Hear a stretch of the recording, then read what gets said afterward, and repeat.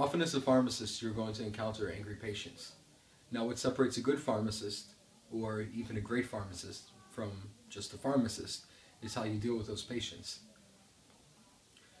I do remember one time, as a pharmacist, a patient came in with a prescription for warfarin, a blood thinner, as we all know, and something just didn't look right with the prescription. The dosing was different than they had received it before.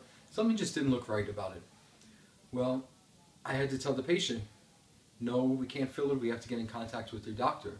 Otherwise, there could be very serious side effects.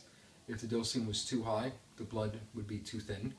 If the dosing was too low, they could have a blood clot. So I tried to explain this to the patient. They were having nothing of it. They were upset. They were telling me, oh, this has never happened to me before at other pharmacies that I've been to, which is often what many patients do say. At the other pharmacy, oh, it was always fine. So they were demanding that they were going to get the prescription. They were like, if you don't give it to me, we're going to sue you, we're going to sue the pharmacy. Everything you could possibly imagine.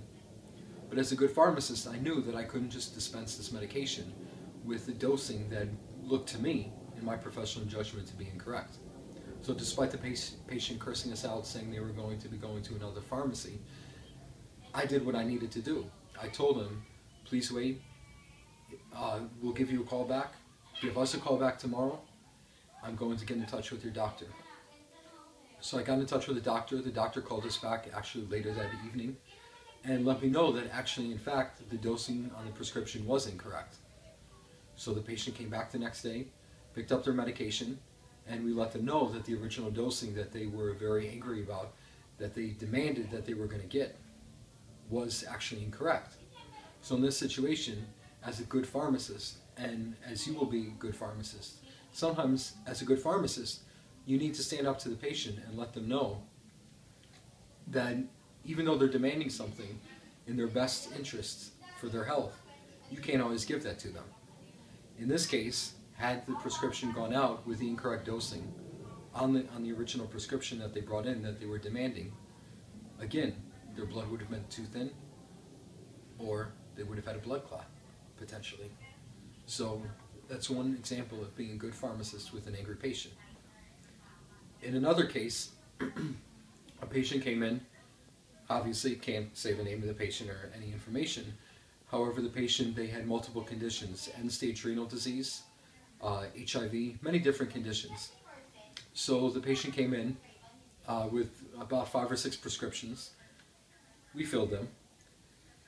2 weeks later, 2-3 weeks later, they came back and claimed that we had not dispensed one of the medications that they had brought in. They had signed for it. We had a record of it on video, not on video, on the computer, showing that they had signed for it. The patient said, no, you never gave it to me. Now my HIV, it won't be under control. They were upset. They said, again, like the other patient, this never happened in my other pharmacy. I'm going to leave this place. You people treat me terrible. We had given it to them. So, in this situation, as a good pharmacist, what was I supposed to do? Well, I told the patient, you had signed for it. To be nice, though, I told them, okay, I'll dispense it to you again. I'll fill it to you, potentially to avert a bad situation. So we filled the medication. We brought it out to the patient, and we said, here it is. They realized that they had actually already received it.